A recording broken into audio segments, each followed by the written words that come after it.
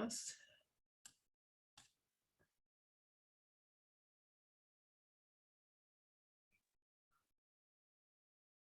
It's working.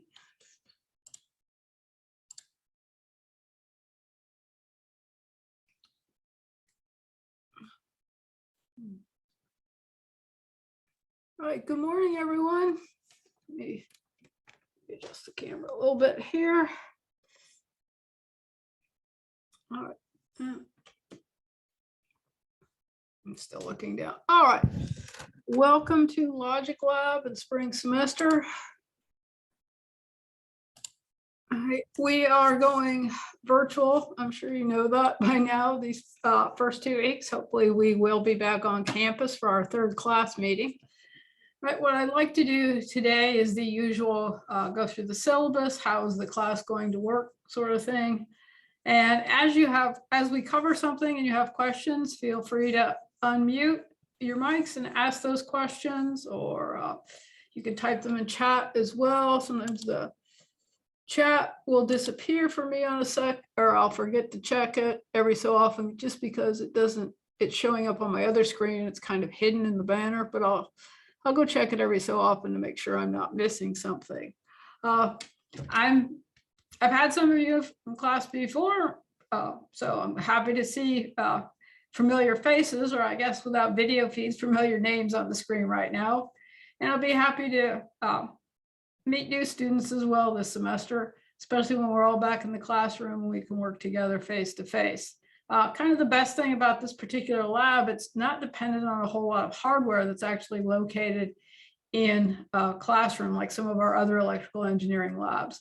And we've also, I've made provisions that we'll be able to check out the hardware boards that we need once we get back to campus. I think we'll do that in week 4, so that you'll be able to take a board home with you if you want and have that to work with at home.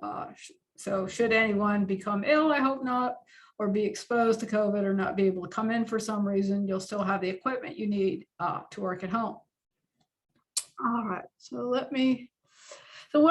what you should be seeing on the screen right now is our homepage for Canvas, which just has a stream of activity in it. I can change that if it's not working for the class. Let me know. Typically, this is what I've used in the past. Right. One thing, make sure you turn on your Canvas notifications. Right. If you go to your own personal account,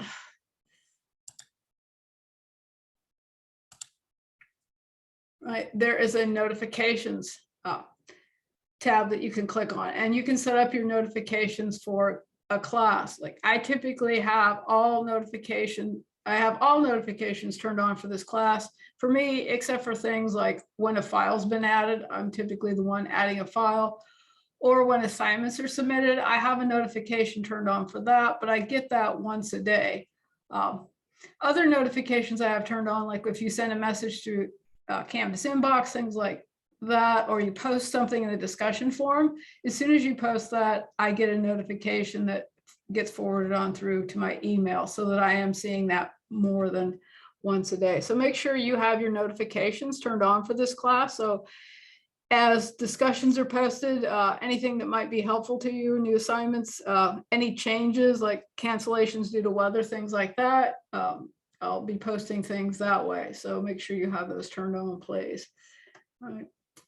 Because even when we're back on campus, I'll be posting all course information here on Canvas. All right, what I did today, right, is I posted an announcement, which if you click on that and open it in a new link here, right, has information. Obviously, those of you that have logged on already have the Zoom information. Now, we only have 14 participants so far today in a class of about 20 some. I will take attendance at some point today. All right, so the syllabus is linked here. I'm going to start with that, and then we're going to talk about the software and the hardware we're using in this class, and then about the first lab. Let me pop open the syllabus here. Sorry. Sometimes things show up on multiple screens here for me.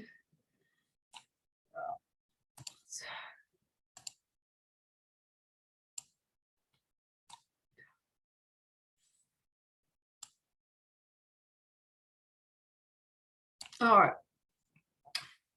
So hopefully you read through this. All right, course overview, learning outcomes, things like that. I'm not going to read this to you. Textbooks, we don't have a particular textbook for this lab, right? This class has a prerequisite of ELEC 1510 digital logic design. It's a prerequisite and or a co-requisite. So some of you might be taking 1510 right now. Some of you have already completed 1510. For those of you that already completed 1510, you'll probably have an easier time with the lab. For those of you that are in 1510 right now, you're going to have to be working ahead. We will typically learn things before you have time to practice them in class.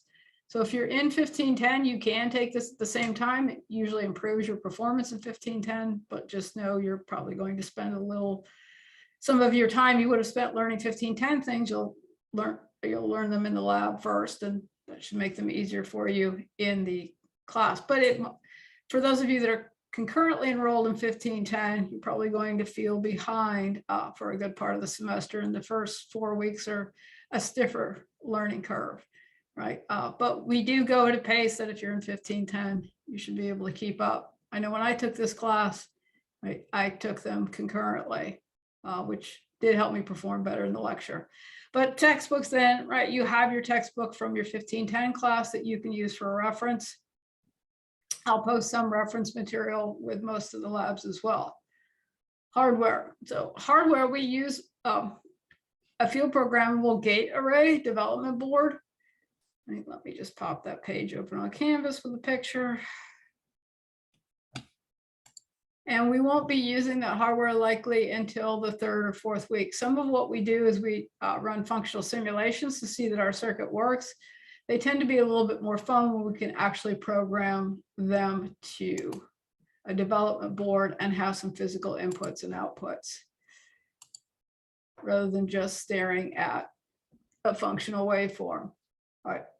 So the boards we're working with, right, are Altera DE1 SoC. SoC is system on chip, right? And Altera was purchased by Intel a while back. So sometimes when you go to their website, you'll see Intel instead of Altera, but you'll see some of the web pages are still called Altera. So the development board we'll be working with, we won't work with that many hardware features of the board. We will be working with slider switches that have 2 states, 0 and 1. And we'll be working with push buttons that have 2 states, 0 and 1. We'll be using those as our physical inputs for our combinational circuits. For our sequential circuits, when we get to the point where things are driven by a clock, we'll use the internal clock that's available through the chip that we're using. There are red LEDs. So we'll use those as some of our outputs in the beginning, right, to see whether the output of our circuit is a 0 or 1. LED, a light emitting diode, can be on or off, so it has 2 states. It lends itself to binary as well. I think somewhere around lab 4, probably lab 5, I think we'll start turning on the 7-segment displays so that we can actually display numbers 0 through 9 in decimal and 0 through F in hexadecimal, and that gives us a little bit better output, a little bit more meaningful output. Otherwise, we don't use the rest of the board's capabilities.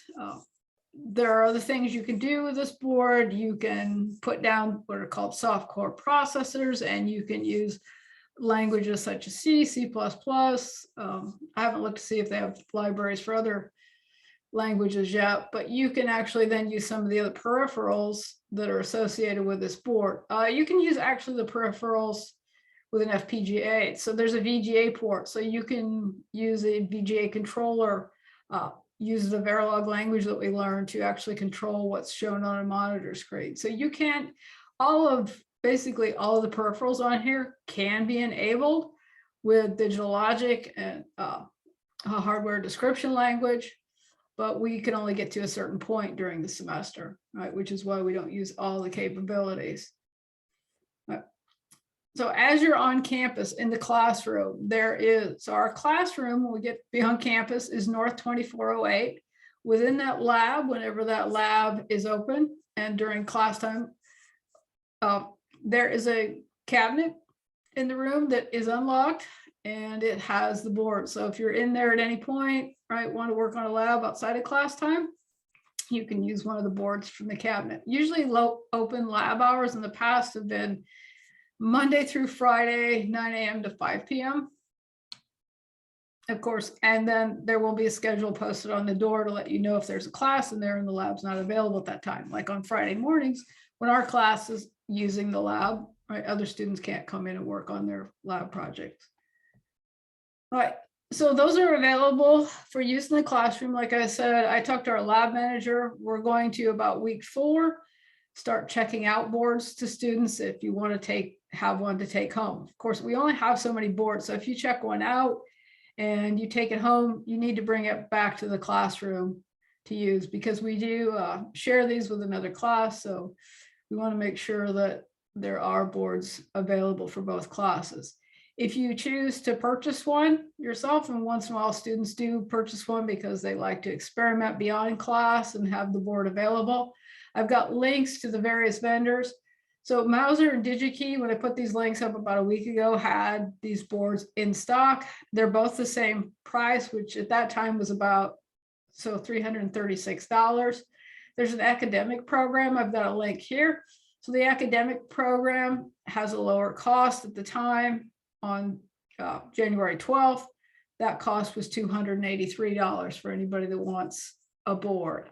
Sometimes with the academic program in the past, there's been a 4-week or longer shipping time, but you can contact them and they'll let you know what the shipping time is.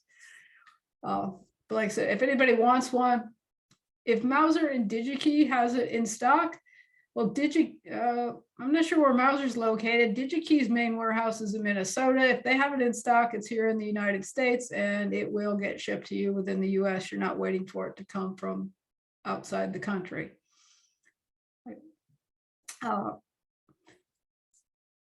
Remote students, if, like I said, I will probably encourage you to check out a board in week 4. And if somebody's sick and they can't come in week 4, you come in at another point and pick up a board, or have somebody come in and pick up a board for you, we'll do that. If something happens that somebody becomes ill and needs to take the class remotely, you will need to have a board at home. But a remote student, you'll actually need to be here within the country. Right? We've already got, occasionally we've had students that are out of the country and not able to get back. If that's the case, if you're not here in the Denver area and can't come pick up a board, then at some point you will need to purchase a board to use the hardware in the class, because we don't ship them out of the country. They'll have to come in and pick them up, but we'll discuss that on a case-by-case basis if that's necessary. Hopefully it won't be. All right. So we'll talk more about the boards, right, when we actually start using them. I actually am not on campus. I'm out of state at the moment. Didn't bring a board with me while I traveled, or I would demo one. But I don't have my board with me. All right, and software. So the other page, right? The next thing, the syllabus would be talking about the course software. Right? If you've already had 1510, you should have had some use of the Quartus software. So we'll be using Quartus Prime Lite. There are different versions of Quartus. So it's Quartus Prime. You want the Lite version because that is the one that you can download at no charge. The other versions, there's the Pro version, that's definitely a paid version. There's another version you can download, but I think you only get about 30 days with it, and then you have to purchase it to get a license. You don't need those. The Prime Lite is all you need, right? Everything we do is available through that software. You don't need anything through the paid software, so don't pay for software you don't need. What's installed in the labs is version 18.1. So every year they tend to release a new version. Right? So 18.1 was released in 2018. They usually release it with a .0 for the initial release. And as there's updates, they start changing that extension number. And so when I'm grading and when I'm demonstrating, I will be using then 18.1. Other versions of the software are compatible. So if for some reason you want to download the newest version, so the newest version is the 2021 version, which is 21.1. If you want to download that and use it, it might have its own set of quirks that you will need to figure out how to deal with yourself. They say that because every time they release a new version of the software, they usually don't change any of the features or add features that we need for this class to work with, but sometimes things get broken and don't work as they do in other versions. Like I think the 2020 version, when it first got released, it had a problem with the simulator. A lot of times those things that get broken are available online of how to fix them, and it's not hard for you to fix them, but you'll have to research and do that yourselves. 2018, I won't say I know all the quirks in it, but I won't say I've seen all the quirks that are related to us, because once in a while something will happen to somebody that I've not seen before, but we've been able to fix everything so far. And there's really not anything in this version of the software that's broken that we need. Some versions of the software had things that were broken. So I would encourage you to just go ahead and download the 18.1 version. The other thing being is if for some reason you decide you want 21.1 version or the 20.1 version, if you open your project with a different version, it generally works. The only thing is when you first open your project. So say you did your work in 21.1, you submit your work that way. When I open your files, what it says is it tells me that the database was built with 21.1. Do I want to overwrite it? And I'll just say yes, and I'll overwrite it with the 18.1 database. So whenever you create a Quartus project, it creates its own database of information, so it knows what your files are, how to work with things correctly. And so that's not been a problem for us in the past either. Like I said, your best bet is to work with 18.1. Quartus software only works in Windows or on Linux with certain versions of Linux. So if you've got a Mac, it won't run in a Mac OS. You're either going to have to run it in a Windows compatible environment, or if any of you are running in a Linux environment, want to run it that way, I do believe it works fine in Linux now. When they first introduced it, it had some issues with running in Linux. I'll be running everything on Windows to emulate what's available in the lab. Of course, the other thing is you can log in remotely to the lab computers. It's a very slow process. I mean, you can log in, but it slows you down with the connection between the two. So I would advise installing it on your own computer, right? Because chances are you're going to be working on this stuff outside of lab as well. If you've not taken a lab class before, lab classes, yes, are only 1 credit hour, but they can often take as much time completing your lab work as your lecture classes, right? Your lab classes are based upon the fact that you've already seen the theory, you have an understanding of the theory. And what happens is when you go to apply it, like most everybody that studies anything, theory seems reasonable. When you go to apply it, it brings this whole new set of issues and things you never had to consider before. Also, when you go to apply it, if it doesn't work the first time, if you haven't thought about your design process very well and you implement a poor design, a lot of times you have to go back and redesign. Or, you know, when we do things for the first time, we don't know how to solve them correctly. So we make errors, right? You have to go back and fix those errors if you're looking for 100% or a grade of A. So you'll find that lab classes with your lab reports and all take about the same amount of time as a lecture course. I've got some instructions here if you want to download the software, right, of what to download. And so you're going to download Quartus Prime, and what I've got here is exactly as it shows you in their window. It's going to say includes Neos 2 EDS. You don't need the Neos 2 for this class, but it just all comes with the download. So you're going to choose this. You're going to choose the ModelSim Intel FPGA edition. And then the other thing you need to select is under devices section. So the board that we're using, that Altera DE1 SoC, each one of their boards has a name of an integrated chip on it, right? And they all have different families. The one we're using is in the Cyclone 5, Cyclone V, so V Roman numeral 5. It's one of those devices. So you have to download that device support so that you have the drivers and all you need when you connect that board via USB to your computer. You need those. And then, right, if you're running 18.1, you also need then, you're going to click on this tab that says additional software, and you're going to download the programmer, the Prime Programmer tools.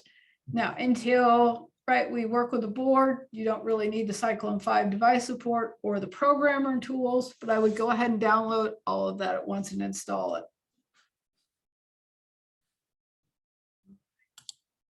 And that was it for software, right?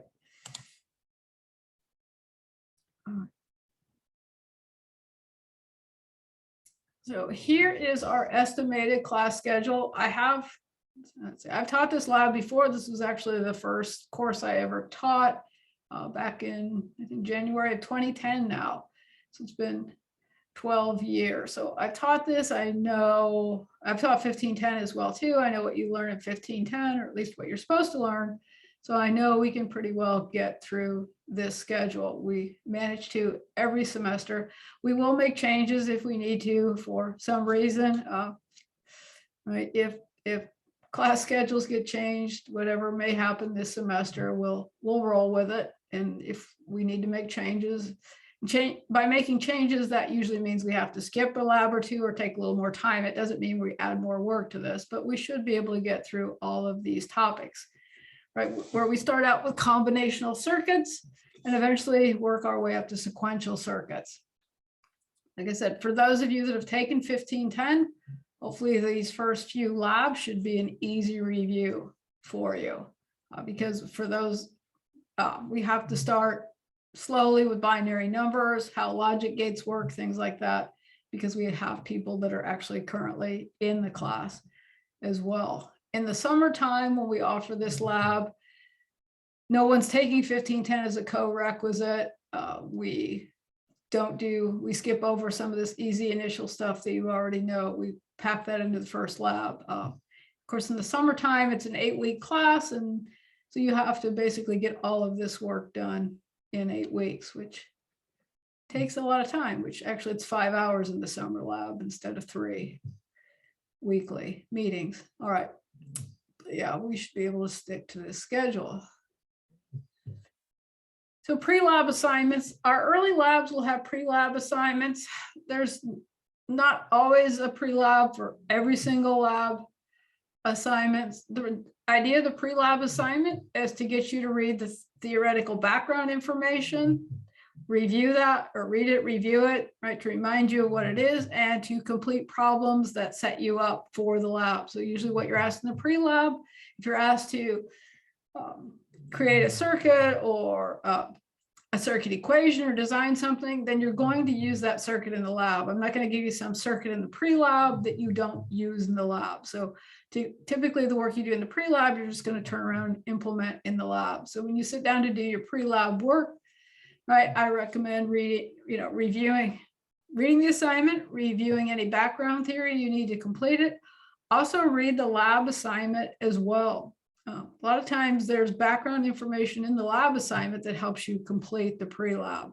I've had students in the past that try the pre-lab without reading anything, and they're like, I have no idea what I should be doing here. And actually the answers to some of the pre-lab questions were actually in the lab assignment themselves, which a little bit of reading and study would have shown them.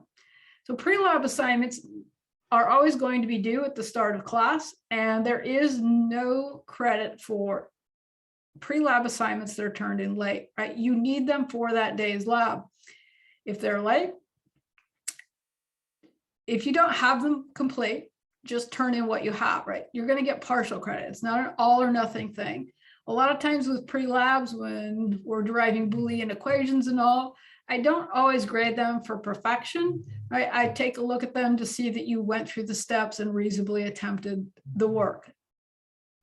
So there are times once in a while when somebody's had an equation that wasn't quite perfect. I mean, you forgot one compliment on something in the pre-lab. I know that when you implement it in the lab, your lab won't work unless you discover that you've done that. You'll go back and correct it. So typically for the pre-lab, I'd go ahead and give you, say, 100% for some minor error, because I know the lab is going to force you to correct it. Now, if you turn in a pre-lab where you've shown no work or done nothing, you will lose points. Right. So make sure you turn in whatever you have done by the start of lab. Lab assignments themselves, right?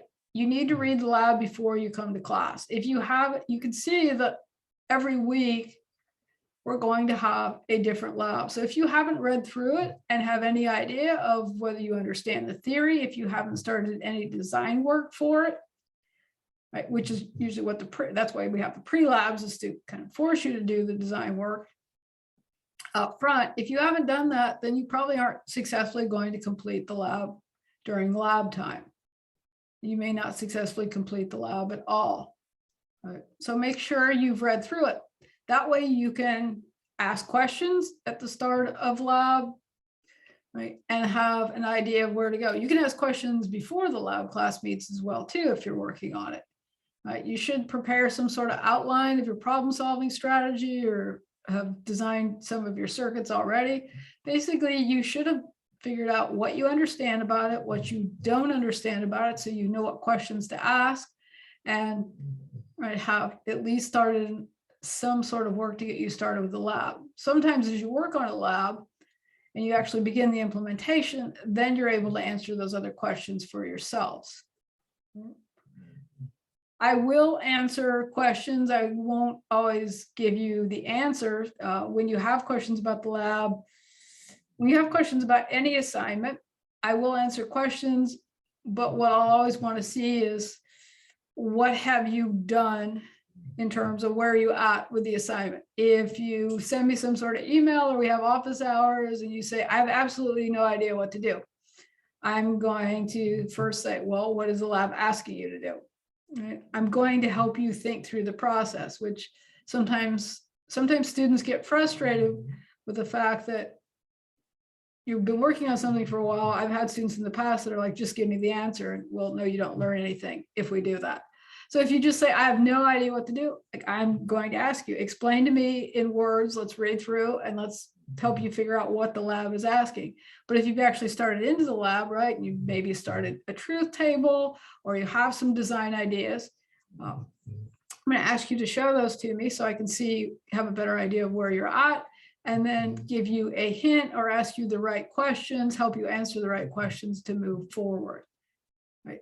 Other things being, you might have every once in a while an issue with something in Quartus that you can't fix, and I can help you fix some of that, especially if you're new to the software at first, until you start understanding how to fix some of the errors it gives you, or what it's telling you in its language the error is. Sometimes you do need help with that, which then I don't so much ask you a question, or I'll explain what it's saying the error is, and we'll go see where it is in your design and then talk about how to correct it. So for some of that, like if it's a missing semicolon or something at first, I can literally tell you, oh, well, there's a missing semicolon here, right, when we're working with Verilog. So there are some things that, yeah, I will give you the answer, but those are more trivial things, right? Typically, right, when you turn in a lab assignment, you're always going to upload your Quartus project, because your files are going to be graded. I'll run them, see if they generate warnings, see if they generate errors. If your lab's complete, right, no warnings, no errors, it's a good design, you'll get 100%. If your lab works, but it's got a really poor design, you might lose some points, because a poor design is not A work, right? It's still passing work, but it might be average work, it might be C work.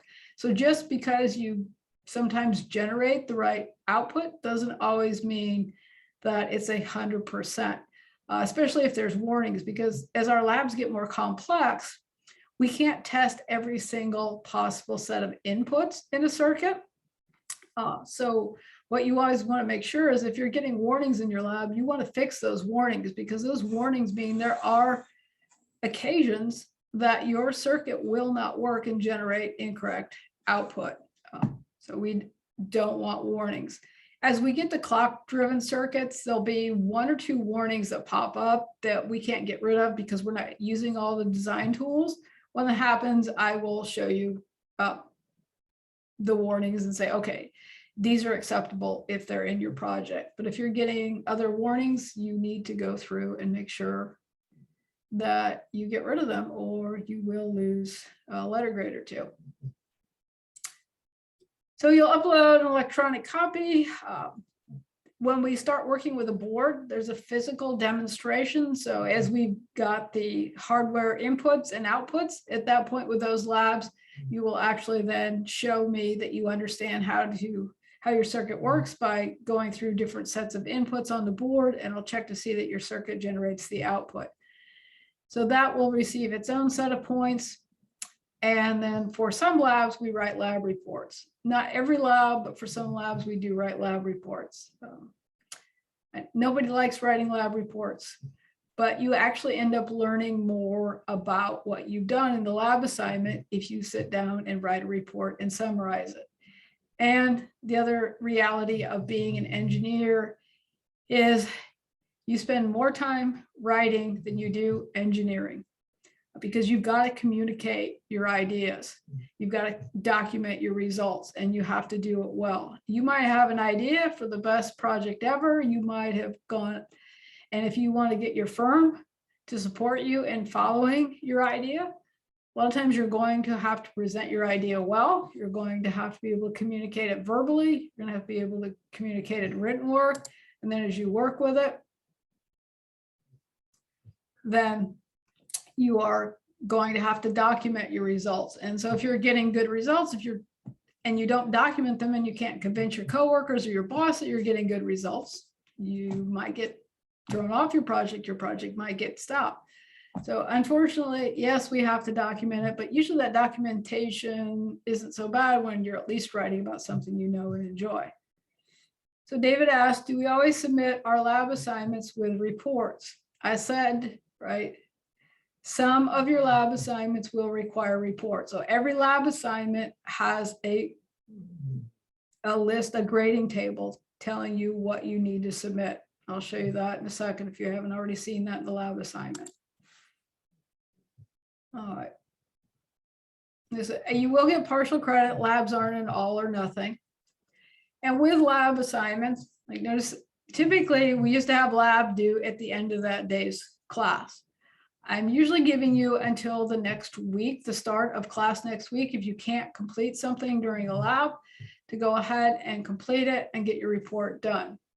So like today's lab, instead of being due at the end of class, is due at the start of next class. Right? And here's then for the lab assignments themselves, you can take some extra time. So if you get everything done on time, right, no late penalty. Why would there be?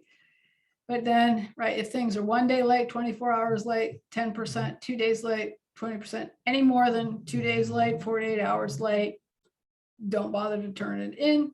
You're not going to get any credit for it. Right? So you need to get your work done on time. That's the other reality of engineering, is that there's always deadlines, and we always have to get done what we can within that amount of time. Now, true on a project, sometimes deadlines get pushed off because the reality is things didn't get done, or things, like life went wrong. But within the classroom, we should be able to get all of this done on time. Obviously, individual cases, if something comes up with a family member, with yourself, if you let me know, individual cases, I can't grant extensions for extenuating circumstances, right? So you have to let me know about that. Quizzes, right? We'll have a quiz almost every week, right? And it's always typically over the previous lab, right? It's not over that day's lab, it's over the previous lab. Quizzes are fairly basic to see what your understanding of the concepts were. For example, today in your first lab, you're going to be working with we talked about binary hexadecimal numbers, 0 through 15. So I would expect you in a quiz next week to be able to come up with a binary or hexadecimal number that's in the range of 0 to 15. We talk about logic gates and XOR. We haven't talked about them yet, but they're in your lab if you've looked at it. and or X or not, you should understand how those gates work. So those would be a quiz next week, and actually we will have a quiz to start class next week. I'll talk more about that in a bit. And I also post an announcement with the quizzes. I tend to post an announcement reminding you, hey, this Friday we have a quiz at the start of class. It's going to cover the following concepts so that you'll have an idea, right, of the concepts. I generally don't ask questions about like our Quartus software or the board, things like that. I ask questions about logic design. I'm going to set. Hey, Riley, sorry, my dog is snoring, which is probably coming over the mic. Hey, Riley. Yeah. Wake up.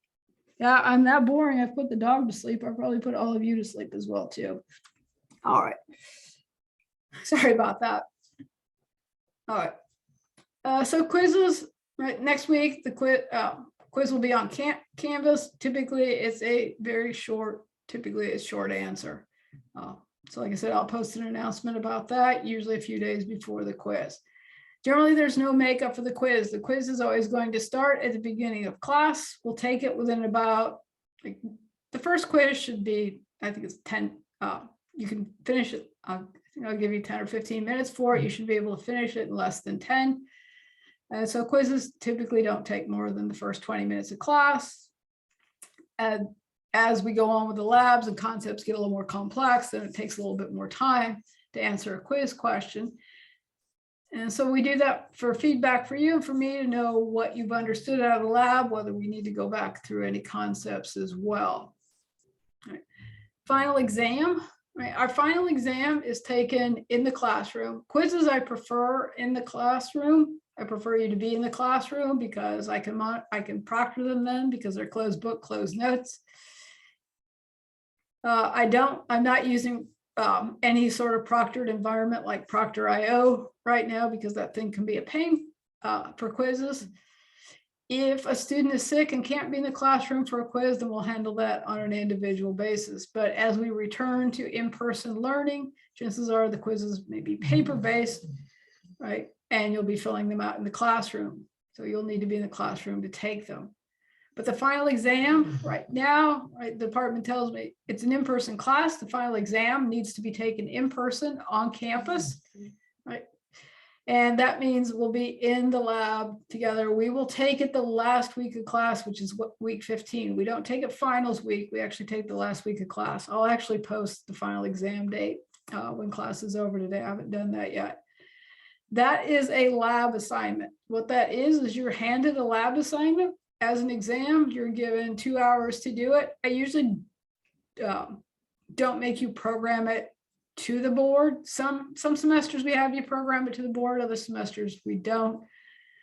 But you do have to write the lab in a way that it can be programmed to the board and you're allowed to use a board. So you're handed a lab assignment that you've never seen before, but that lab assignment is based on circuits that we've used repeatedly during the semester. So it's not like you're given some concept that you've never seen before. You've seen that logic before. You just have to put it together in a certain way. Basically, it's just saying, we're going to see we use multiplexers in about 4 or 5 different labs. So multiplexers will be on the final exam. I give you a list, like the week before the exam, I'll give you a list of things that you will likely see on the exam. I'll also give you a list of things like maybe we did some circuit, we used it once all semester. I'll say, don't worry, the circuit won't be on the exam. So I'll tell you, I'll try to pare down a list for you of what may or may not be on the exam. All right, that's closed book, closed notes as well. You have 2 hours to complete it. And that, as we talk about basis for final grades, that is worth 35% of your grades. The quizzes are worth 10%. The final exam is worth 35%. Your labs and pre-labs are worth 55%. So these percentages, like the final exam percentage, this is what we typically do across the board in electrical engineering for all of our labs. Right? It's worth a good portion of your grade. That means during the semester, as you're working on the labs, you should be doing your own work. What happens every semester that I've taught this, last semester in particular, there were 5 students that did all of their lab work together. And the way it worked is one student basically did the lab work because that student would sit down and figure things out. And then that student shared work with another student. And then the other 3, they all sat in the same row in the classroom. The other 3 didn't put in the time to try and figure out how to solve it. And I say put in the time and the thought. It's not just time, it's thought, it's exercise, right? They were just content to go ask their lab friend who was sitting next to them, hey, how did you implement this circuit? And their student sitting next to them shared the answer with them. Technically, that's a violation of the honor code to give away work that has to be graded, that you're going to submit for grading. But what happens is when you do that, whether you do it in the classroom, outside the classroom, those students that just get the solutions from somebody else, they fail the exam. Exams worth 35%. And usually students that have been getting the solutions from somebody else don't write very good lab reports. They fail to write a decent lab report. They don't do well on the quizzes. So the quiz and final exam, that's about 45% of your grade. At that point, you basically end up failing the lab and have to take it over again. So one of the reasons the final exam is worth so much is that, outside of that, students share answers. They give away their answers. I don't know why you give away your hard work. And you're not really helping your classmates either when you give away the answers. And I know a lot of times your classmates say, oh, I'll go study this, I'll go figure it out, but I need to turn this in so I can get a good grade. Well, neither one of you is helping the other. So if you're one of those students that are going to be taking solutions from, or students take solutions from the internet, these are not new concepts. Most of what we ask is sitting out there on the internet. So if your first impulse is to Google, how do I do this? How do I solve this? And just copy the information, chances are you will not pass this class. And I won't be very happy about it when I see your copying, especially when we get into Verilog and lab reports. When we get into Verilog, I can usually tell if you've copied from the internet because the answers are different on the internet. I can sometimes tell when you've copied from other students, because usually what happens in any class is a lot of times when students copy from each other, somebody has a unique way of doing something, or they make a unique error that has never been seen in the history of, I won't say in the history of my teaching this. And then when 5 people suddenly have that unique error, it's usually pretty obvious that they don't understand it. Right. Now, we only learn from examples. I get that. I'll give you examples. You should be able to take a worked example and turn around and use that same pattern to work out your own example and own thought process. There will be a couple things when we get to Verilog. When we write a D flip-flop, there's basically only one way to write a D flip-flop. So that's something that you more or less have to be given and you can end up memorizing. So some certain circuits, yes, like AND gates, OR gates, those aren't things you invent. Those are things that you're given. You have to, I would say, memorize their functional behavior. As you work with them, you begin to just automatically remember it. Other things then we build based upon that knowledge. So it's those things we build based upon that knowledge that you need to stop, think about, and work through for yourselves.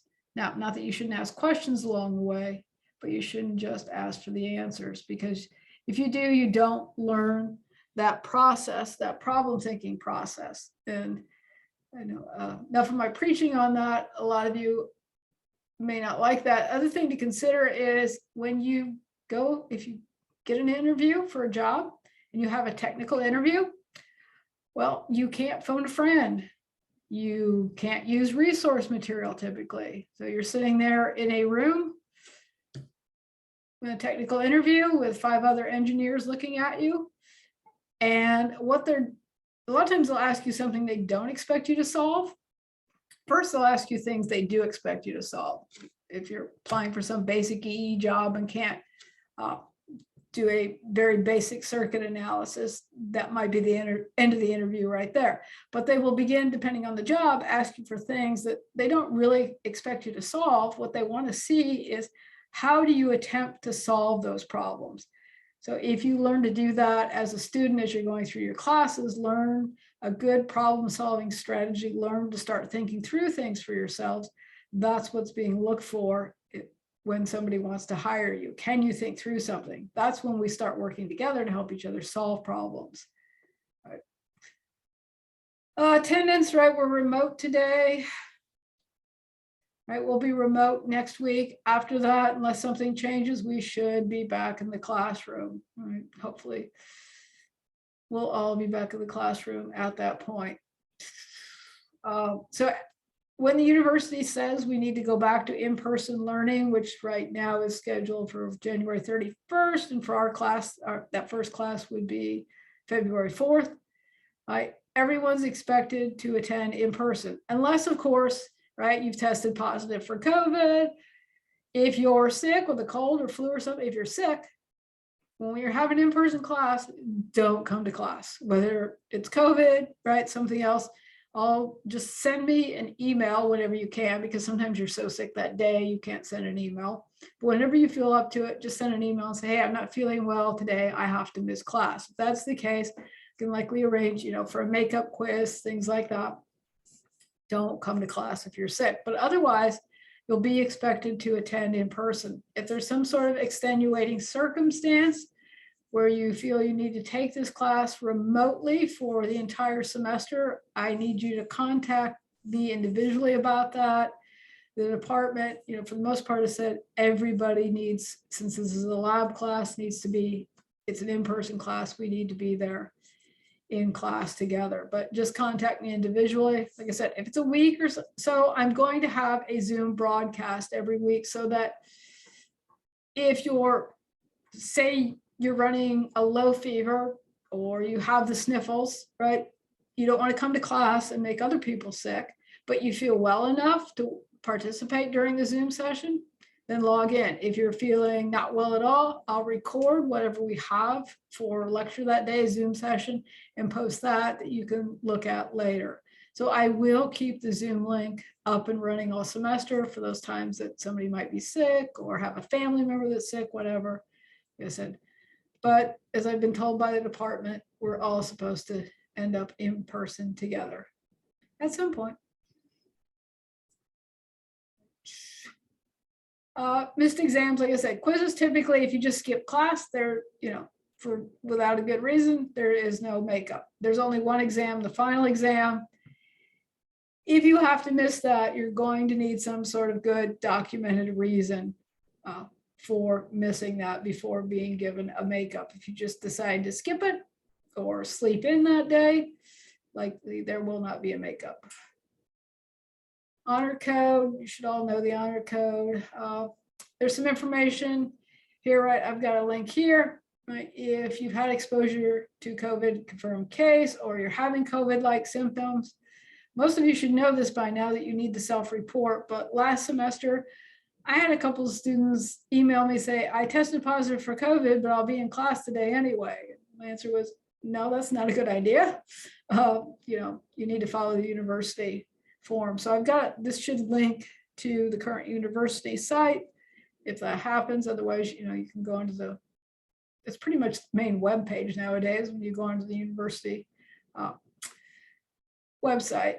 If anybody's feeling depressed, right, is having any mental health issues, we've added this section to the syllabus of different resources within the university that you can contact for that. If anybody's having any mental health issues in terms of motivation for the class, getting work done, you don't have, and you want to talk to me about it, I am not a counselor. I am more than willing to talk to you about how you're feeling, how you're dealing with the class, or you don't have to give me any sort of personal details. You can just say, look, I'm having some issues right now. I need an extra week. In these times, the idea is flexibility. I will work with you. So, right, we all may have stressors for different reasons. Like I said, whether it's work, family, illness, whatever. We all know that we've been living in a more complicated and stranger world for the past couple of years. So hopefully we'll have some fun from all of that, fun in terms of figuring out how to implement these circuits, some of these designs, and be able to forget all of that while we're in class and move forward in our lives with some new skills. There are oops, falling off my chair. There are jobs available for FPGA designers, right? FPGAs weren't used very much. So in the past, because they were really expensive, people didn't know how to work with them, but the tools have gotten better. And FPGAs now are used in a lot of industries. Right now, they're really hot for cryptocurrency mining. One of the reasons they're so hot is that you can mine Bitcoin, other cryptocurrencies. You can mine, if you've heard of the fact that GPUs are used, so graphics processing units, because they have parallel processing cores. I've got, right now I'm running this off of an older laptop that I think, yeah, this one has 4 cores. It doesn't have, and it just has integrated graphics. It doesn't have a separate GPU. It can run 8 threads, but so basically I could run 8 processes. So central processing unit, your CPU, right? When you're running programs, even though it looks like you're multitasking, you're only running, if you've got 1 core, so 1 processor, you can only run 1 process at a time, right? That's what older machines had. And it looked like things were being multitasked because the operating system is allowing your process to be on a processor for so long. If you're using all of your processors, what the operating system does is it's switching things in and out all the time. Of course, if you're trying to run too much, right, it becomes bogged down and slower eventually. And so we know then with Bitcoin mining, all the graphics cards, I don't know, a lot of that disappeared from, well, the gamers couldn't get their graphics cards because everybody is using those to mine cryptocurrency because they have multiple processors. An older graphics card would have probably about 256 processors. Newer ones have many more. So you can be running all of, think of it, say I'm running Microsoft Word now. Maybe I could run Microsoft Word if I had 256 processors, 256 different versions of that, and on each processor. Now that is limited to the processors themselves take a certain number of clock cycles. So as we get into later labs, we'll actually use our system clock, our 50 megahertz system clock on this. We'll break this down, we'll divide the clock down, but it takes, so let's just say, let's go with really simple. If you have a processor, a really slow processor that works at a rate of 1 hertz, so that's 1 cycle per second. And say you have to perform a multiplication operation, you have to multiply 2 values. Say that takes 5 clock cycles, 5 seconds. We've got a really slow processor, which is unrealistic, but 5 clock cycles would take 5 seconds. You can't do anything to change that hardware, right? You bought that NVIDIA graphics unit. It's running at a certain speed. Yes, you can overclock some things. You can overclock your processor, but you're stuck with the fact that on that particular implementation of that GPU using that software, it's going to take 5 clock cycles to perform a simple multiplication. Well, what you can do with FPGAs is everything that we create here hardware-wise is going to run concurrently, just like in that GPU that might have 256 different processors that are running concurrently, 256 different multiplications. We could do the same thing. We could create our own unique process for performing that multiplication. But let's say we can write it in a way that it only takes 1 clock cycle. So let's say, again, we have the same frequency with both clocks, apples to apples, right? On the slow GPU, CPU system, it's going to take 5 clock cycles at 1 hertz. So it's going to take 5 hertz or 5 seconds for that operation. On the FPGA implementation that we can custom create, and let's say that we can create the same number of pipelines or processors running across there. our multiplication is going to take 1 clock cycle because we can custom create hardware because we've done some brilliant things to speed up multiplication. Right. So that's only going to take 1 second. And the whole thing, I don't really know anything about mining cryptocurrency. I do know that when you're trying to compute those hashes, right, some of the math that's going on behind computing the hashes and all, that's what's being sped up. And people are using FPGAs because basically you can create some of the same performance, similar performance to a GPU, but you can custom write your own instructions to speed things up.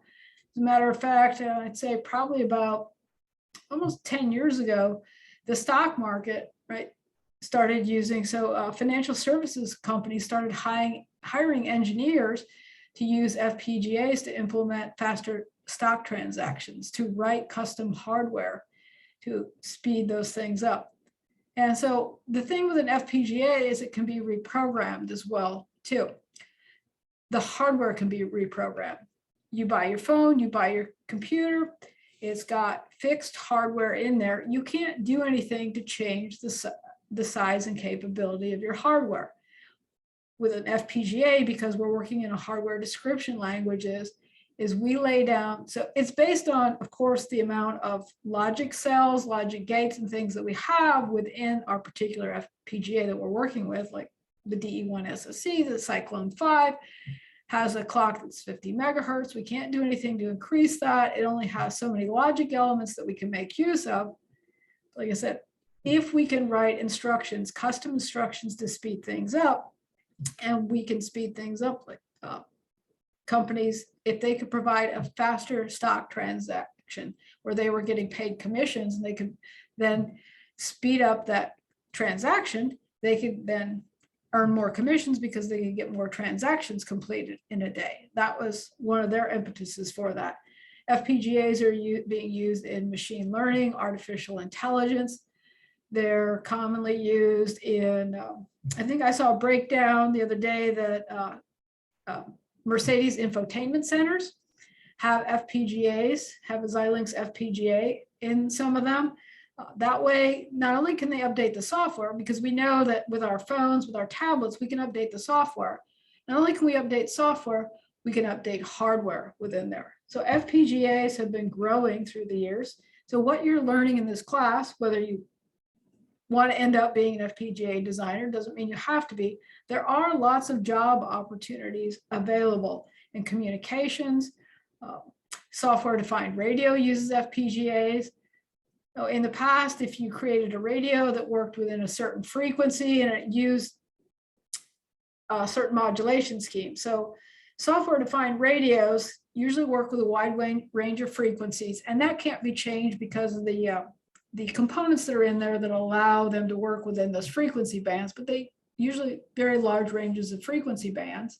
What you can change is, if you use an FPGA, is you can change the modulation schemes in them.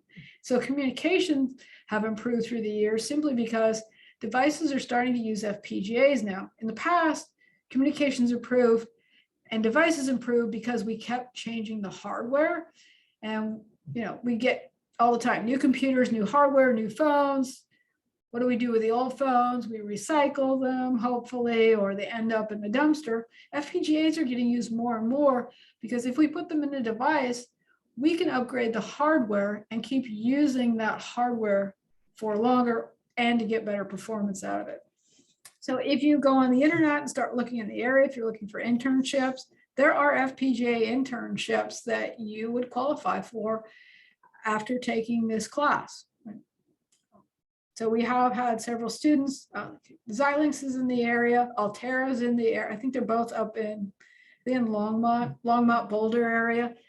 There are plenty of companies that use FPGAs. There's lots of FPGA jobs that are popping up all the time. Sorry, that's sort of a side note, but to let you know that what you are learning could be turned into an internship and or a career eventually if you find it's something you really like doing. All right. Enough of me talking at you. It's been really quiet in the chat so far. All right. I think that's enough of the what are we going to do in class sort of thing, or how does the syllabus work? All right, other thing under the announcement then, right, was then here's your first lab.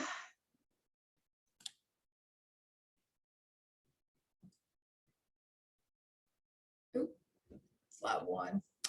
This is not your first lab. We start counting in binary at 0. We start counting in programming typically at 0. And so I call the first lab, lab 0. Let me go back to it. All right, so lab 0, this is the lab for today, the lab assignment. Right. And so I've got, then I'm trying to put up, like I said, since some of you are in 1510, trying to put up some information with the concepts every week, a review of the concepts. Which is here. So I'm trying to get to my own copy, or I could just download this, then the actual lab assignment. So today I put up an extra credit opportunity for anybody that got started early and has the lab ready to turn in by the end of class. You're going to get a bonus of 10 extra credit points, right? Which 3 people, see this says 0 to 3 submissions graded, 3 people have already turned that in. All right, yeah. Like I said, when we're in the classroom, I'll do some lectures on the whiteboard. The problem is, so I want to put some of this up ahead of time, simply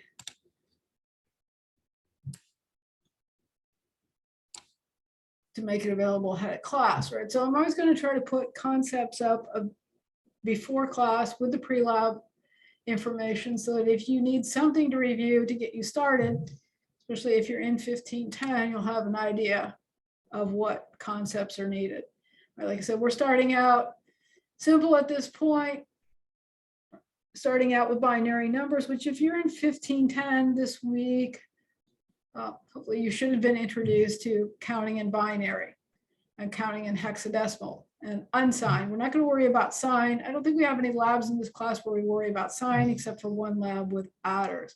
So basically, when we're working with binary inputs, binary numbers, we're going to think of them as unsigned values. They're just going to be combinations of inputs that we can that will be input into our circuit. We'll typically work with 4-bit numbers, simply because when we want to program things to our development board, we have a fixed number of switches that we can use and a fixed number of physical outputs. We run functional simulations. Pretty much if we get a circuit to work in 4 bits, it's not that much harder to get it to work in 8 bits or 32 bits, but nobody wants to run a simulation on 32 bits and try to look at the output or test all possible cases.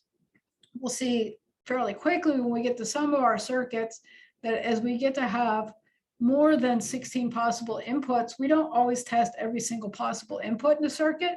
We will test certain edge cases that we want to check. And then a lot of times we will just generate some random input and make sure that those outputs are correct. For our first few circuits where we maybe have a unique set of inputs that are 8 or 16, those are possible for us to run simulations on all of those. So like I said, for most of our circuits, we'll be working with lab 2, we might have a 3-bit input, but typically it's going to be 4-bit inputs and won't go larger than that, simply to make it easier for us to develop the circuit, work with K-maps, Boolean algebra, and those tools to develop it.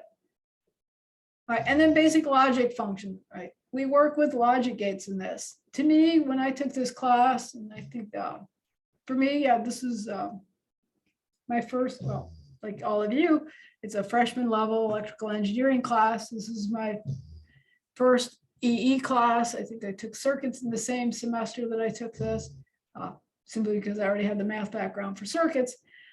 But I'd never seen anything like this before. I found it really interesting.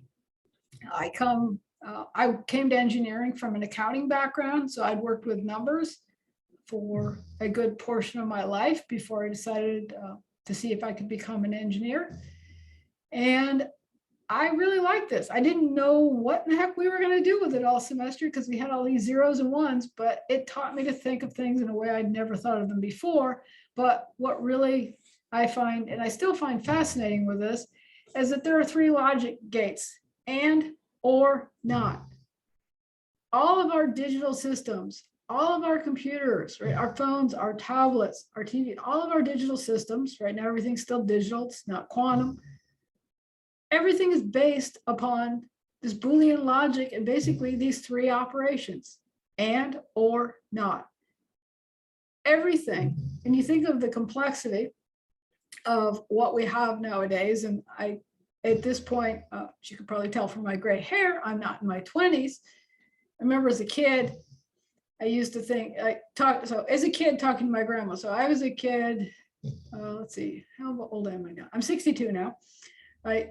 And so when I was a kid, I was in grade school. I think maybe I was in 6th grade when we first landed on the moon, right? The Apollo mission to the moon, which is a big thing in school, you know, that we got, okay, in school, we still have black and white TVs, right? We didn't have the internet, we didn't have video systems. It was a big deal that we got to roll a TV into the classroom. We got to watch the moon landing, watch some of the Apollo missions. The space program was a really big thing back then. It is again now. And then I remember sitting outside and looking up at the moon with neighbors, you know, talking about landing on the moon. And it was, I really didn't know anything about computers. I mean, people didn't have computers back then.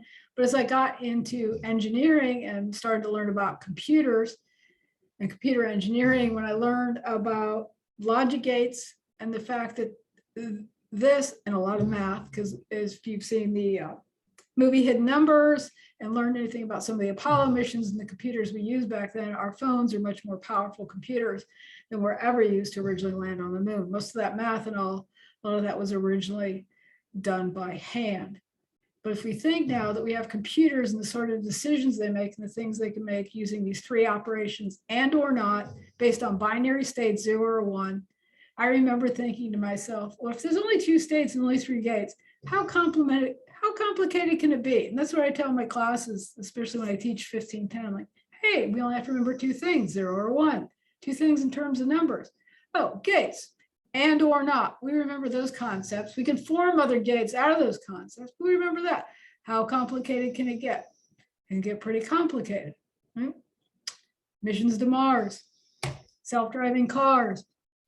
I kind of got off topic. At the time, is that I went back and I would talk to my grandma because my grandmother was born 1896. And when she was young, it was horse and buggy and cars. And I remember thinking those were all really strange concepts and that about how much she'd seen in her life. Well, when I look at this stuff now, I think about how much I've seen in my life, how much has changed and how excited I am for the future. But I'm still kind of blown away by the fact that some algebra that was invented by George Boole in what was the late 1800s or was it the late 1700s? I don't remember my year. It was born long before the advent of switching circuits, right? That theory is able to be used in switching circuits and power all of our computers now. Right, so that's where we're going to start with in the first lab: AND gate, OR gate, NOT gate, and then the exclusive OR gate. We'll work with some of the other gates later: NAND, not AND, NOR, not OR. So basically, if you remember not AND, OR, and then also we'll use XOR in the future. So we'll introduce that now. If you can remember those operations, you'll be able to get through most everything in the class. That and then how we learn to derive these functions. But for this first lab, all we're going to do is I've given you the truth tables, right? For the gates here, the symbols, for those of you that haven't seen the circuit symbols before. All we're going to do in this lab is we're going to learn to use the Quartus software to implement these circuits schematically, right? Were there any questions or anything on gate truth tables, gate operations?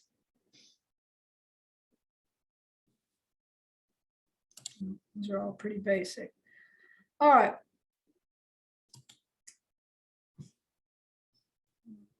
Is there, no? All right, no question. All right.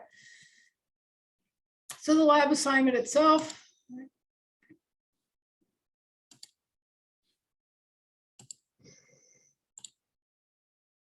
right, downloaded, opened it up. Sometimes I do that just to make sure your links are still working. All right. So you're going to use the Quartus software, right? If you've already had 1510, like I said, this should be a review of using the Quartus software at this point. If you're new to it, right, you're going to schematically implement this, right? Like I said, this software is meant for what are called FPGAs, field programmable gate arrays. These are just arrays of logic elements. And these logic elements all contain transistors that can be used to implement these gate operations, the AND logic, the OR logic, the XOR logic, the NOT logic, right? In your 1510 class, we don't study the transistors. When you get to electronics, you start learning about how the transistors work. For now, we'll just refer to them as gates that can have two states, 0 or 1, right?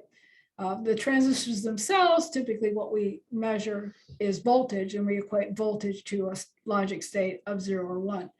But that chip, that Cyclone 5 chip that's on the board we'll be using, right, has a whole set of different logic arrays that contain transistors. And when you actually then compile your design that you make with the Quartus software, because the Quartus software is made by the company that makes the board, it's made to work with their chips. One of the steps will be a fitting and routing. It will decide then what transistors it needs to turn on in order to implement your gates. That's one of the reasons we can actually then implement new hardware, is that we can change the routing of the transistors, change the how the transistors work, whether they're going to work as an AND gate, an OR gate, things like that. And there's an array of them, and it's a grid array. And so one of the reasons it's called gate arrays is the circuits are typically CMOS transistors, which are complementary metal oxide transistors, right? Those are what we refer to as gate transistors that are on here. And like I said, they're in little blocks that look like a matrix. There's other blocks within there, but that is what the software will help turn on when you want to program the board. Right? We're not going to get, in this class, we're not going to get into how that works because you haven't had the background for that. But so the software will take care of all those steps for us. All right. What we typically do is when we create a design, in the first 2 labs, we're going to draw a block schematic. After that, we're probably not going to draw block schematics. We're going to use a hardware description language. And the one we'll use is Verilog. And we'll use that to describe our behavior of our circuits. Actually, when you draw schematics using the software, what it does is it converts it to a hardware description language that it then tries to synthesize. So one of the steps that you'll run is called analysis and synthesis. And analysis looks at your design, make sure that it's syntactically correct. And then the synthesis step basically says, let me take your design. And even though you draw a schematic, it's going to translate it to a hardware description language. It's going to say, can I synthesize that description, that language description, into an actual gate, into an actual hardware element? And for everything we do in the beginning, yes, it should be able to. As you get deeper into Verilog and you start writing behavioral Verilog, that doesn't necessarily, when you look at it, it doesn't read like, hey, that's an AND gate, that's an OR gate. It's going to have if-else logic, it's going to have case statement logic, things like that. It needs to take what looks very English-like and translate that to hardware. And sometimes you can write that in a way that it can't translate it. We're going to teach you not to write it in that way, but sometimes you accidentally do write something in a way and it will tell you, I can't synthesize this to hardware. And later in the class, we'll take a look at, when we get to multiplexers and decoders, we'll take a look at how we can write some of that behavioral Verilog and how it will synthesize it to what particular hardware based on the way we write things in the language. All right, but what you're going to start with, right, this walks you through then how to use the Quartus software. You're going to create a lab folder. Whenever you work with Quartus, you should always make a folder, because Quartus will then make a folder that you're going to store your projects in, because Quartus will start making other subfolders and subfiles within there that it needs to run your project. And if you just randomly put something out on your desktop, you're all of a sudden going to see files all over the place, and they need to be within the folder. Now, they will run on your desktop, but when you go to turn them in, if you don't collect them all and put them into the folder, your project won't run for me when you turn it in, which is why you always want to create a folder, because you don't want to pollute your environment with a bunch of files and then wonder why later what they belong to and where they came from. So you'll be putting everything into its own folder to start with. When you name a folder, you should always, okay, operating systems nowadays let you get by with all kinds of things. They let you start folders with numbers, with special characters. They let you put spaces whenever you create, so directory names. But when you're working with a programming environment, you should not do that. So you should start your folders. That's what I've got here. You're going to start things with letters of the alphabet. Upper or lowercase are fine. Don't start them with any special characters. Don't start them with numbers. Older versions of Quartus used to cause errors if you used hyphens, if you did things that the operating system let you get by with, but the software didn't. And they're really hard to track down because Quartus doesn't come up always and tell you that you have an error. Sometimes your circuit just didn't run. You didn't get any error reports, but your circuit didn't run. And then you had no clue as to why. And sometimes it was simply because you had a space in a file name. Now, newer versions have let people get by with some of that stuff most of the time, but it's very frustrating when your circuit doesn't run simply because you named a file incorrectly. So if you follow these guidelines, name your file folders and your files start it with a character of the alphabet, lower or uppercase. After that, you can put numbers in them. You can put other letters in them, and you can use an underscore if you want to separate words. So use an underscore as your only special character. If you follow that, you won't have any strange errors popping up. Other strange errors that can pop up too is sometimes as our projects get more complex, we'll have subfolders within them, and Quartus will need to use a relative path. Sometimes it can have trouble with a relative path if you've put spaces and all in those names. So get in the habit of not doing that. Basically, if you've ever programmed in C++ before, follow the C++ identifier naming conventions. Operating systems used to be written all in C. C and C++ have the same identifier naming conventions, which is what I just described here. If you follow those, you won't get into any problems related to that.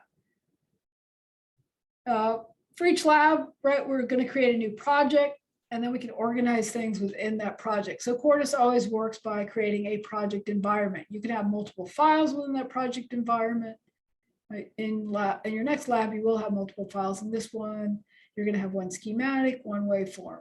You're going to draw a block diagram for each one of the gates to implement those operations, and you're going to run a functional simulation. This is where you'll always be told what you need to submit. So at the end of every lab assignment, there should be a section on what you need to submit and generally how it will be graded. Right, for this one, I've got demonstration grading. There's no physical demonstration required for this lab assignment. So you don't need to show me how your lab works. Right? Probably when we get to lab 2 or 3, then we'll start doing the physical demonstrations on the board. And I'll describe more what that demonstration will be at that time. File submission. You're going to create a zip file of your lab project folder. When you create a Quartus lab folder, it has multiple files in it. Here, let me bring one up. Find one.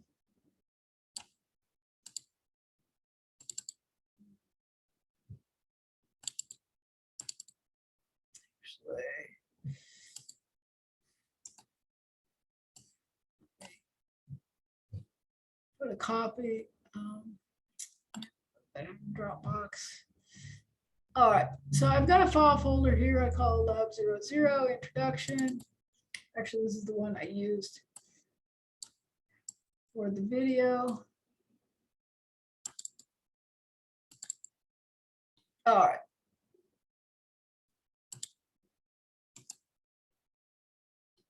Just copy this, throw this out here so it's not down 40 subdirectories.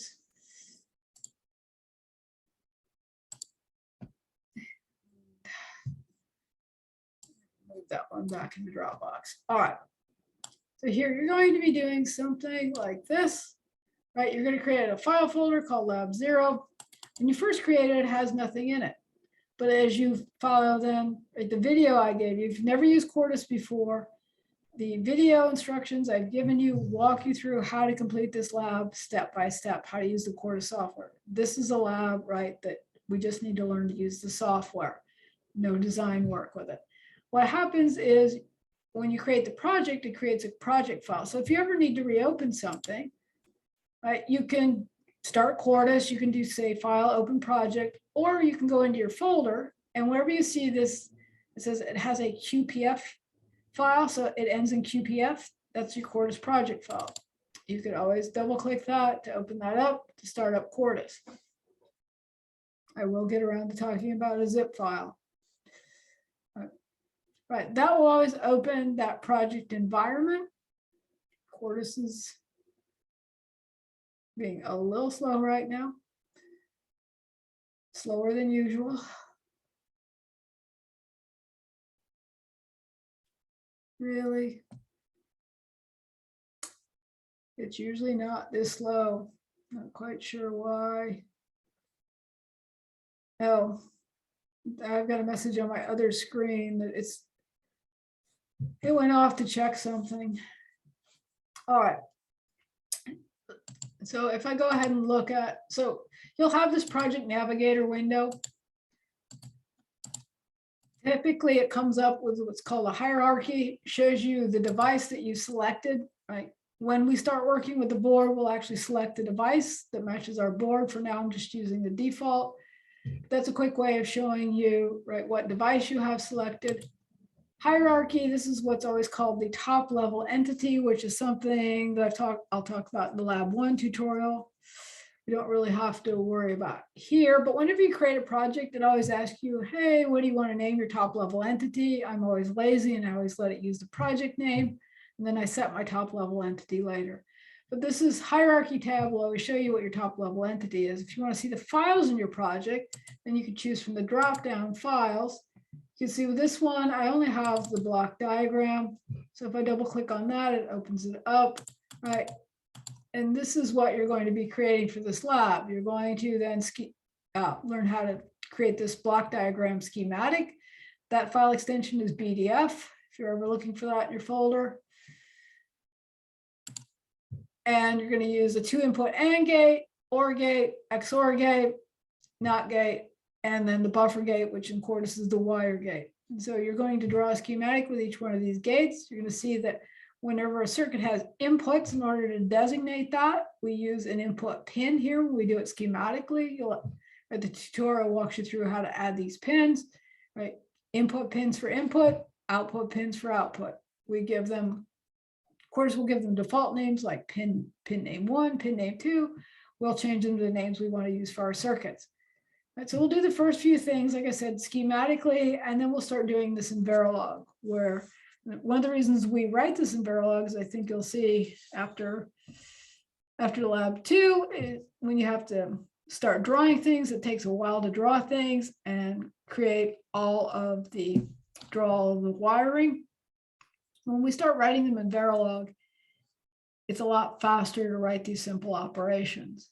So we'll be able to, so hardware description language was created to help prototype things faster. FPGAs are really good at prototyping things. They're a really quick way to try a design. If your design doesn't work, then you can change your hardware. There are chips that are called ASIC, application specific integrated chips, that a lot of times after a company does design something, usually an FPGA, then if they need to manufacture, say 1 million, 2 million of them, they will then generally create an ASIC, an application specific integrated circuit. So they'll take that design and have a special circuit printed that contains only that hardware, because it is usually takes up less space and it often is cheaper than using an FPGA. So that's why we still have a lot of cheap devices that have their own specific chips that we can't change the hardware. But if you're going to make millions and billions of them as a manufacturer, you're going to do that a lot of times to save real estate, to save money. So real estate in terms of how much space does it take up in your design. You don't need the extra transistors, you don't use them. Things like I said, FPGAs are used in Mercedes infotainment systems.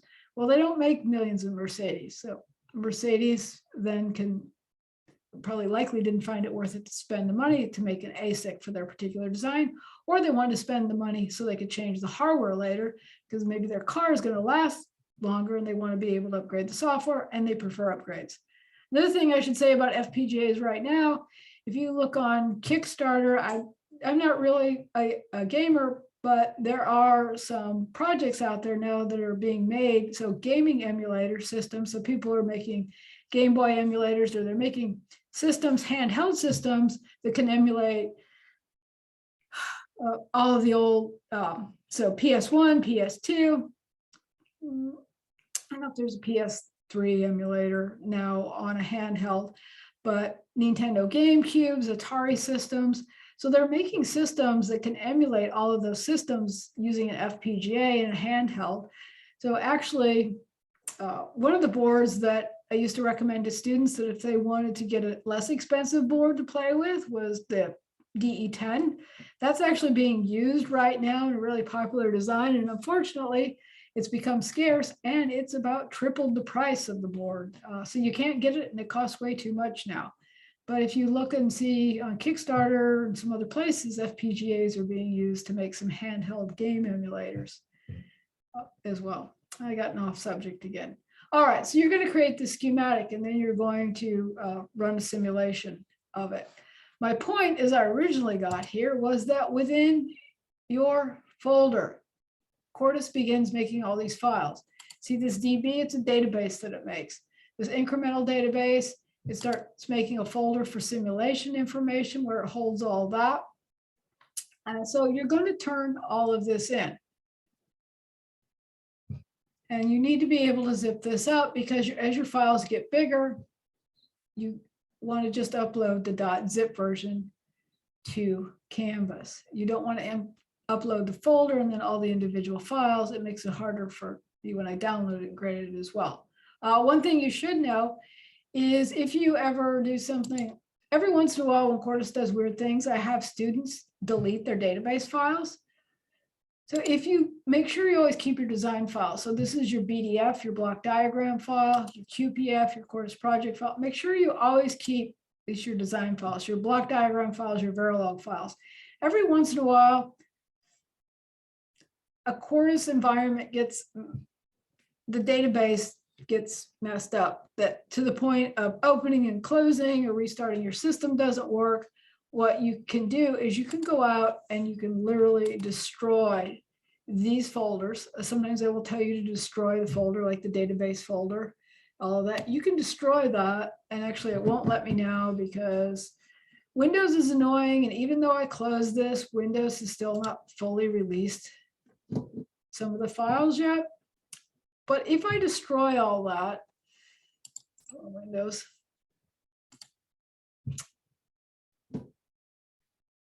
oh, I need to provide permission. Yeah. All right. Not going to worry about this. But notice I got rid of the simulation, the database files. If I destroy this, I can then rebuild it simply by opening up the project file. Because this is going to take, I don't know why this is going to take forever.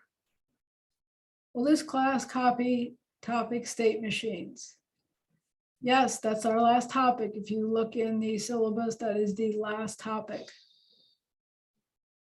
So hopefully we will get to that. We didn't get to it last semester.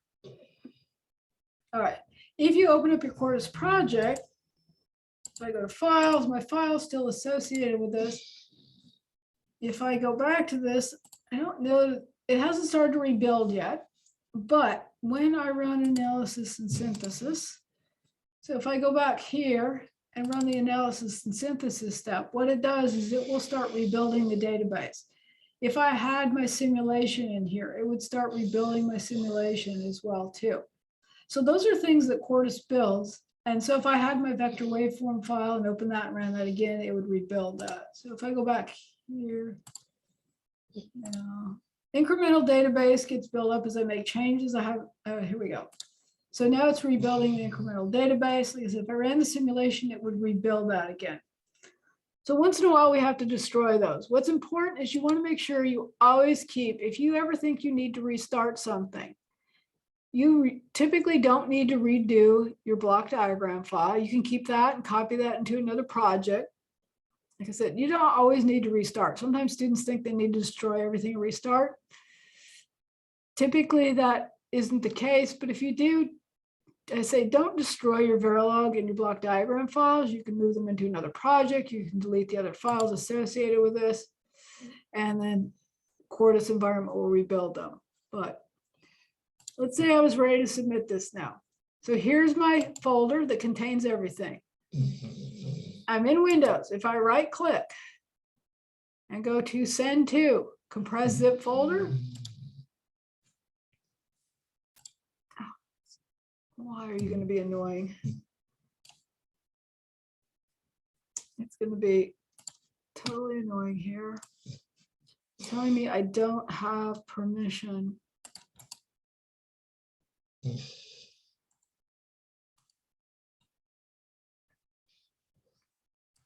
Okay, that was real. Well, if it's going to go wrong, it will go wrong here. I moved it to my other screen. I don't know why it doesn't think I don't have permission. I just built this the other day. Move it back here. Let's try 7-zip. So I've got 7-zip here. If I say compress lab 0.zip, or I say add to, I can add to this. I can say add to archive. If I say add to archive, there's lots of different choices I can make.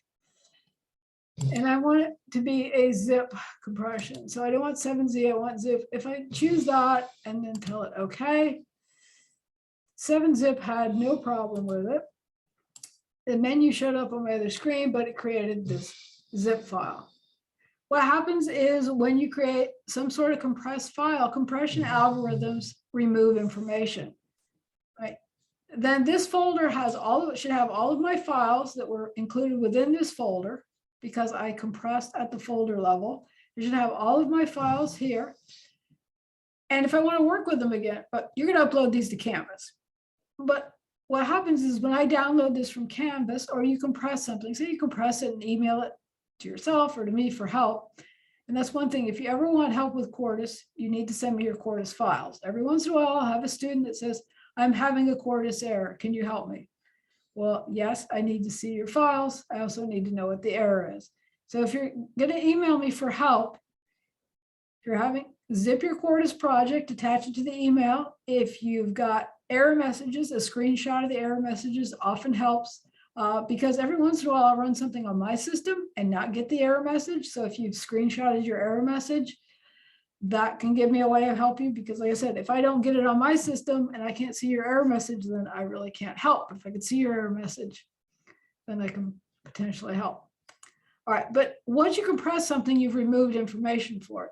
When you compress it with .zip, it runs an algorithm. Before you use it again, you should always unzip your file. So if I click on this, and now I go to I can go to 7-zip and notice it recognizes that it's been compressed. It gives me options for extracting, right? It gives me different options, or I could typically use either the Windows extract all as well too. So Windows popped up in this menu, asked me where I want to extract it. All right. Now, if I extract it,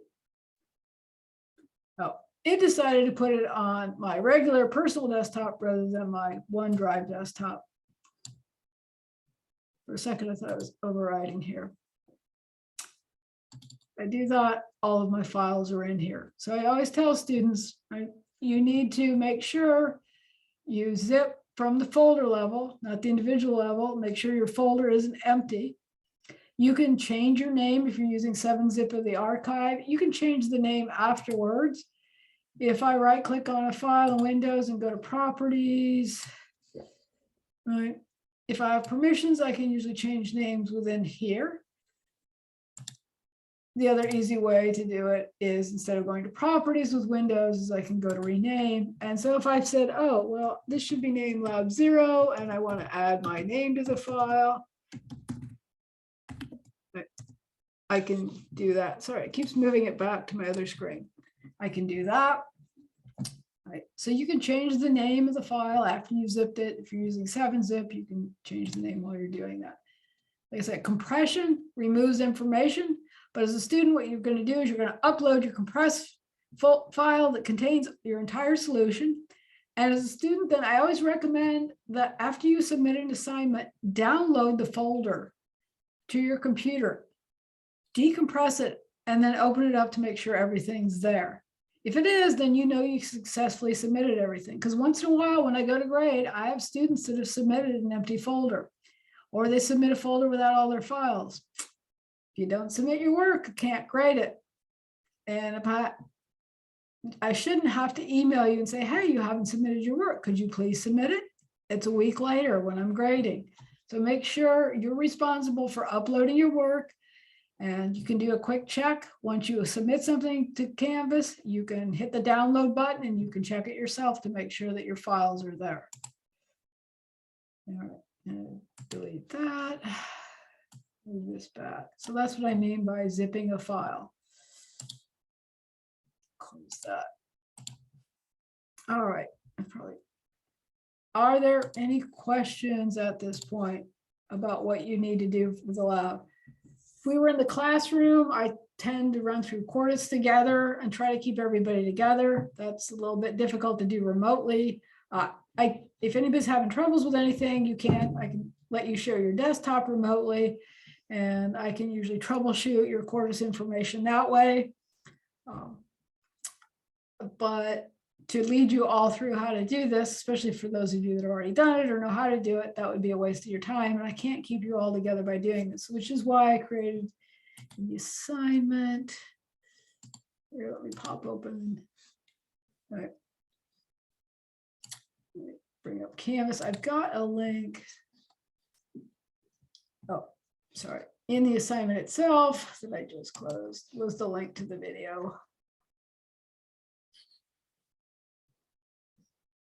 Has everybody been able to?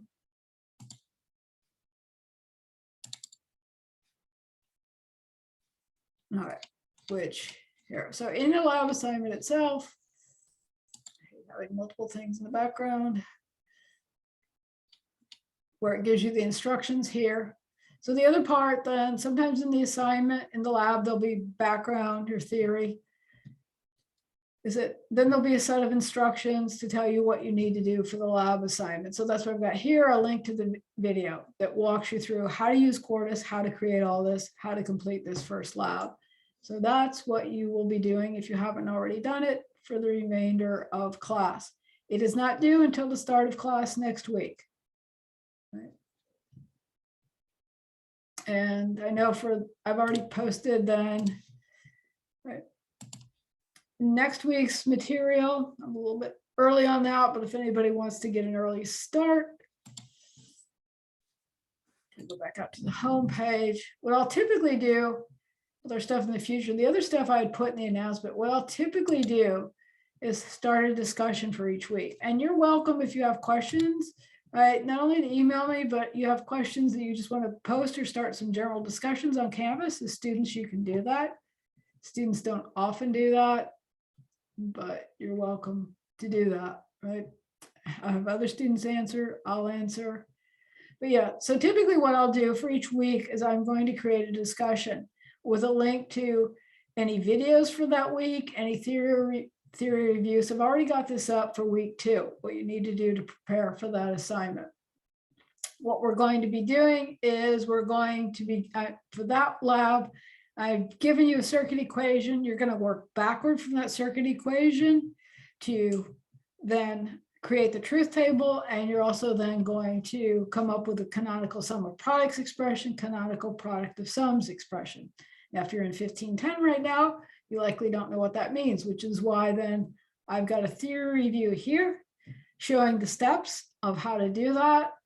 So you'll want to go through how to take a circuit diagram, work backward to a truth table.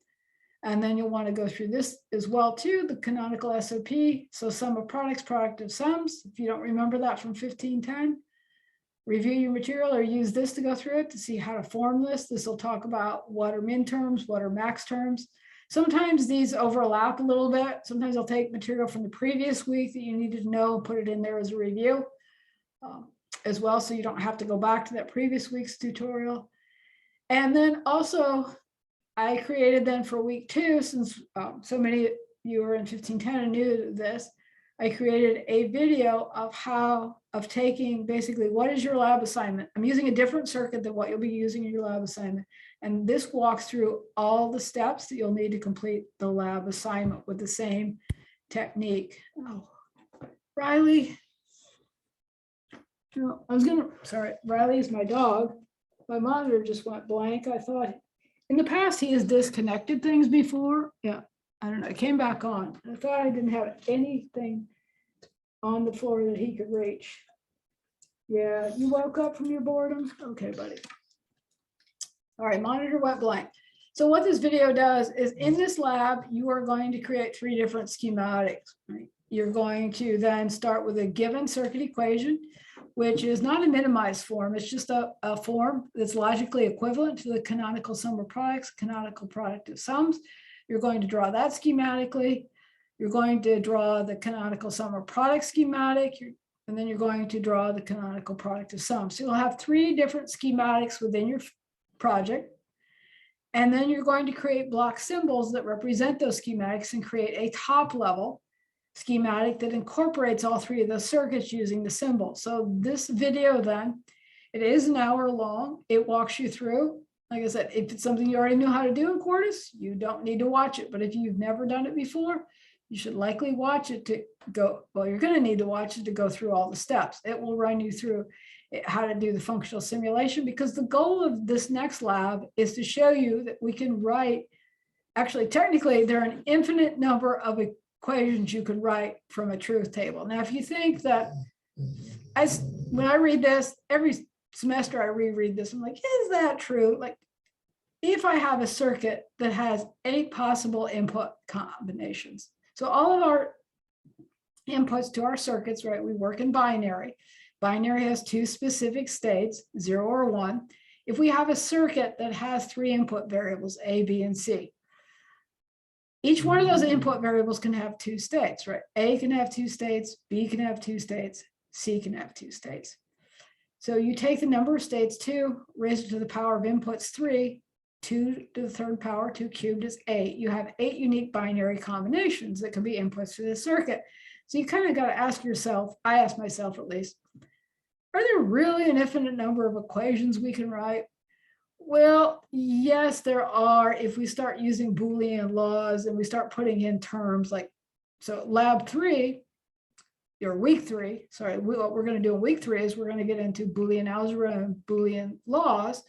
Is we're going to see that, yeah, there's laws, like we can say take an A and it with A, and it still gives us A. So I'm like, okay, I guess I could make an infinite number of equations if I just kept putting an infinite number of the same terms in here, anding them together. We tend not to do that. But what is important to know is that as we start learning to create these circuits equations, we're going to use these standardized forms, which we'll start with next week, the canonical sum of products form and the canonical product of sums, because there are a set of standardized steps that we use to derive these equations. What I've given you in the equation that you're going to work backward from is I've used a non-standardized way to come up with a circuit equation, which is, it's not a minimized equation. So in week 3, we're going to start talking about how to minimize the standard forms to come up with more efficient expressions. Efficient meaning we have less inputs and less gates. So I've given you something that is a legitimate expression. It's not standardized, it's not minimized, and use some of those techniques. So if you think about it, yeah, there are an infinite number of ways, but it would really be ridiculous to write it in that way. My arguments with, I guess, mathematicians, theoreticians, and textbooks. But yeah, technically there are an infinite number of ways that we could do this. All right, so you'll want to go through this right? You want to start trying some of this before next week as you work on you want to go through the theory so you can create the pre-lab. You don't need to do the Quartus work for the pre-lab. If I pop that open, right, what you're going to do for the pre-lab, in order to complete the lab, you have to understand what min terms and max terms are. That's what that theory walks you through. You're going to fill in these min terms and max terms tables. There are examples in the theory of that.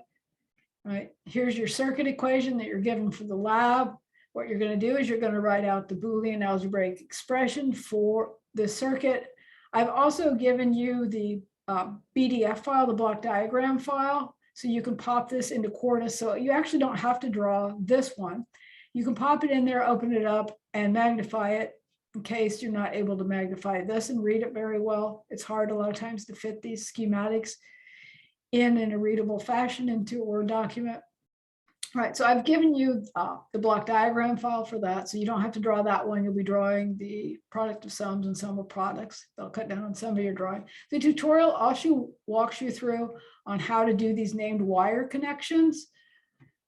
Because as your circuits get bigger, as you start drawing all these wires and overlaying them, it gets a little bit harder to trace. Sometimes you accidentally make junctions where you don't want to. And you get results that are incorrect if you make a junction that doesn't generate an error, but really isn't logically correct. So we start doing things like naming wires to make it easier. And the idea of naming wires will lead into Verilog, where we need to make named wire connections as well. So the tutorial walks you through that if you haven't done that before. Like I said, if you've been in the class, you know how, if you can read the lab instructions and complete the lab without watching the video, that's fine. But for those of you that are in 1510 now or need the help of the video, it's out there. Yeah, and you'll fill in the truth table, you write out the canonical sum of products and product of sums, and that will get you ready to complete the lab. And likely, probably over the weekend, I will pop up the week 3 stuff. Not that you need to start on the week 3 stuff, but I need to do a little bit of, actually probably next weekend, I may be traveling. So I want to get some of that out there early in case there's a time when I'm doing some cross-country driving and not able to get this out on the internet. So I'll probably get the week 3 stuff up this weekend, but I'll always have it out at least a week in advance, especially if there's a pre-lab, right? Because you need the time to look at it. So look at that stuff, ask questions. I'm available by email. One thing I didn't mention on the syllabus is office hours. I find that when especially since I'm not on campus right now, I find when I go down and I sit on campus and have office hours, a lot of times I just sit there alone. I do other work. I don't waste my time, but I sit there alone. Students don't come in. And then I get an email that night going, I need help, or you have a conflict for that time. So what I've decided to try this semester is doing office hours by appointment, but via Zoom by appointment, right? So you'll need to email me. I work other jobs. I'm not always available during the day. Typically, I want to say that office hours I can make availabilities. I'll make Thursdays because a lot of your questions will come on Thursday because stuff will be due on Friday and you will wait till Thursday to work on it. And then you'll have questions. But I say, take advantage of the time this early in the semester when you don't have a whole lot of homework. If this lab material is available, get cracking on it, get it done so that when crunch time comes, you've already got some of this done, or you can ask questions. So if you need help, send me an email. We'll make a Zoom appointment. If you need help and I can answer it by email. So if you've got a Quartus issue or question, specify your question in the email. If you've done work, attach the work that you've done to your email, whether it's design work and or Quartus work. And a lot of times if it's you're missing a name connection in Quartus, a lot of times if you email me your Quartus project file, I can open it up, I can highlight it, take a picture of it and show you, oh, you accidentally drew a short circuit, or it was something very trivial. You misnamed something, you just need to change the name. Other times we do need a Zoom session to talk about theory or to maybe show you how to do something, we can do that. But so we'll do whatever we need to do, but I'm going to try office hours by Zoom where you email me for an appointment. Like I said, if we can take care of it because it's trivial via email, we will, but if you need help with design work or understanding, we'll set up a Zoom appointment. Oh, I think I'm done yakking. I think I've covered everything I need. No questions yet? Any questions? No. That's all I really have for today then. If you don't have questions, you haven't done the lab, get cracking on the lab. I can, oh, with Zoom, you don't need to, if we're doing remote sessions, you can stay logged in if you want while we're remote. I'm recording this. I'm probably going to stop the recording. I won't, when we're done with background material, things like that. But if you want to pop on and off of Zoom during the lab session, that's fine. Other thing I didn't mention about in-person class, typically, like I said, we're going to start with a quiz. And after the quiz, if you've got your lab work complete, so if there's a physical demonstration, a lot of times if students complete their lab work outside of class, they'll do their physical demonstration. You're good to go for the day. There's no requirement that you sit in lab all day, right? Or students will come in, they'll work on their lab for a couple of hours, they'll get it done, they'll go home. Or sometimes students stay the entire time because they need help. But like I said, I'm not going to go out later on and go, are you still on Zoom? I don't expect people to sit here on Zoom. Right. All right. I'm really done talking now. Although if you let me, I'll talk forever, but I'm done. You're welcome, Samal. You're welcome. You're welcome, Audrey. And then is that Kai? Was that Kai? You're welcome. All right. Professor, will we be using K-maps? Eventually, probably about week 4. Week 4. Yeah, after we get to K-maps, we'll not have to use Boolean algebra very much. Yes, we will be using K-maps for the majority of the semester. Okay, got it. Thank you. All right, you're welcome. All right. Thank you, Miss. It's glad to have you back in the class. Oh, good to see you again, Henry.